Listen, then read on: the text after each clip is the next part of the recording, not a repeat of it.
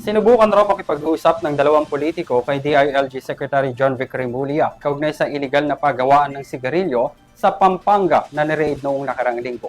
Lino naman niya na hindi raw siya inalok o tinangkang suhulan pero tumanggi raw siyang makipag-usap sa dalawa.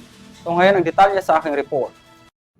Tutuloy-tuloy raw ang operasyon para labanan ang illegal tobacco trade sa bansa sa tulong ng iba't ibang ahensya ng gobyerno ayon sa Department of the Interior and Local Government o DILG. Kaugnay ito sa magkakasunod pa rin na pagsalakay at pagkakasabat ng mga illegal na sigarilyo kung saan target raw na mabuwag ang malalaking operasyon, hindi ang malaliit na retailers. Ayon kay DILG Secretary John Vic Remulla, kabilang sa mga binabanggit rito ang distributors, manufacturers at smuggled na tinatakasan ang kanilang buwis kung saan umaabot sa 30 billion pesos taxes kada taon ang nawawala sa gobyerno na dapat napupunta raw sa healthcare ng mga Pilipino. Ang nakuha namin ay 45,000 tax.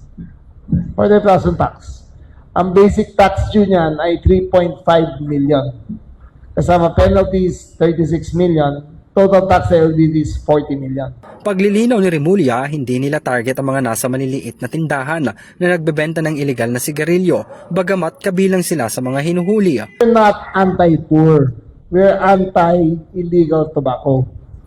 Kung equate ito sa war on drugs, dati, pinapatay nila yung mga pedicab driver, lalagyan ng drugs, tas accomplishment na yon.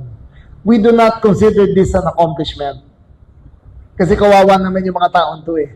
But, yung big fish, manufacturers, smugglers, distributors, lahat yan, isa-isa namin hanggang matapos na lahat.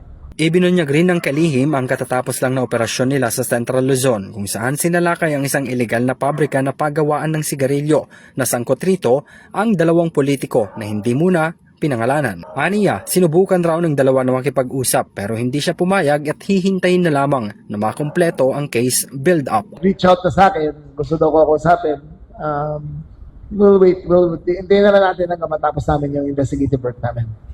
But we're fairly certain na involved yung dalawang hindi pala Northern, Central Luzon politicians. Para sa EuroTV News, ako si Henry V. Nicolas, sumasaludo sa bawat Pilipino.